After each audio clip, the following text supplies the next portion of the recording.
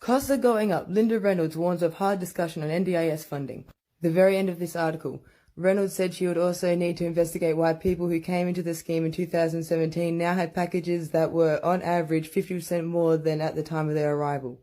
I've asked the question, I don't know what the answer is. What it suggests is either the scheme is failing, or when they are coming up for their reassessment for some reason, they were either genuinely decreasing in functionality or are being over or under assessed. I don't know the answer to that. This woman's in charge of the NDIS. And she thinks that if the funding requirements for an individual goes up, that means that their situation, their condition is worsening.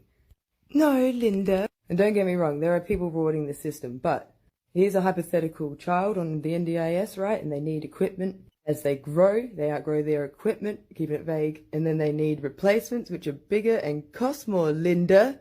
I'm going to need to get my pitchfork. I was reading this. And as it would, this just pissed me off by itself. Costs are going up. Linda Reynolds warns of hard discussion on NDIS funding. I get about halfway through and I read a bit where it says that this independent assessment bullshit will save the budget like $700 million. And around about then was when my phone gave me a notification of another article. This one. So they'll save $700 million by screwing over people on the NDIS.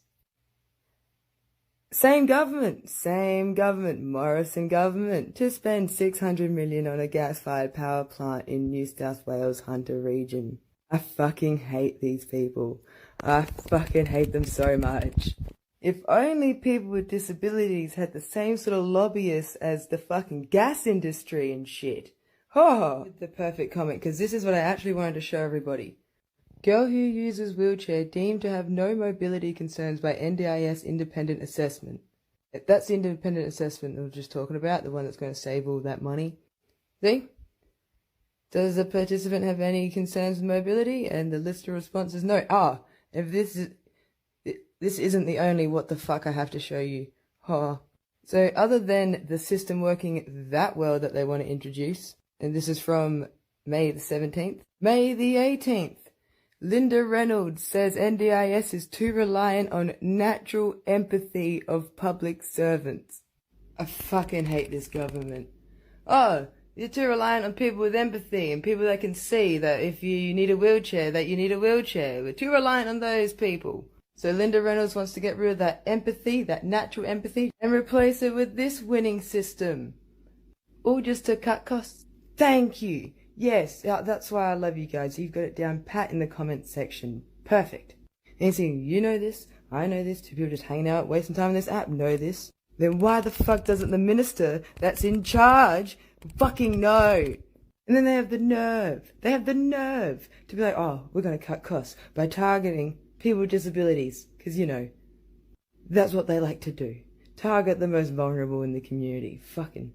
But we won't address any of the actual issues. We won't actually do anything about the legitimate problems.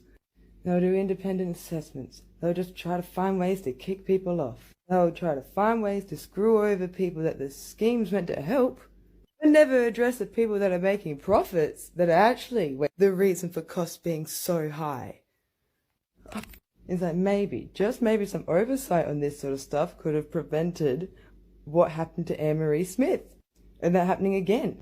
Alright, and just as a quick little summary, I'll probably upload just this by itself. So, the NDIS is being gutted. It started a while ago, but since Linda Reynolds has come in, they've really kicked it into overdrive. For example, NDIS cost-cutting task force told to reduce growth in participants and spending. Opposition for the reforms includes a united disability sector, Labour, the Greens, past NDIS executives, and several state governments. And not only do they want to do this to people applying for the NDIS, but they also want to do it to the 440,000 people already on the NDIS. And when the messaging went from, this isn't about cost cutting, to, it's obviously about cost cutting, we're spending way too much money, to then also just blow $84,000 on research marketing. Linda Reynolds is sticking to her guns and she's saying that these independent assessments are gonna go ahead one way or another. And it's not even entirely because they reckon they could save $700 million. The real important fact here is the fact that they've already signed $339 million worth of contracts with people that are gonna do the assessments. It's not so much about saving money, it's about where they direct the money, whose pockets the money goes into. That's what this government does. Oh, and they're going to change what reasonable and necessary means in the NDIS Act because apparently that's been causing confusion. I don't even know what they need to redefine with reasonable and necessary if they've already have it so they can fucking say that a seizure mat is not reasonable and necessary and you have 23-year-olds fucking dying. And I think she's already said it all with the fact that she said that the NDIS is too reliant on the natural empathy of public servants. So this woman's approach when it comes to dealing with Australians with disabilities is she thinks there's a bit too much empathy involved. That really says it all. There is no plan to indiscriminately cut or to cap plans. But what we do need to do is introduce, for example, independent assessments. Why is that, Linda? Is that because you've already signed $339 million worth of contract? Who remembers a couple of years ago when they had almost a surplus? Spending on the NDIS was supposed to be more than $13 billion in the financial year. It was actually $4.6 billion below where the government had budgeted. She's saying that's unsustainable. If you're going to save some money, why the fuck are you doing this? Maybe you could stop locking up refugees in detention centres. What the fuck do we need this for?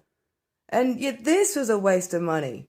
Unsustainable as fuck. Look, that's billion. 7.8 billion. And this clown loves his advertising, doesn't he? During his US visit, Scott Morrison pledged $150 million from Australia towards NASA's plans to head back to the moon and beyond.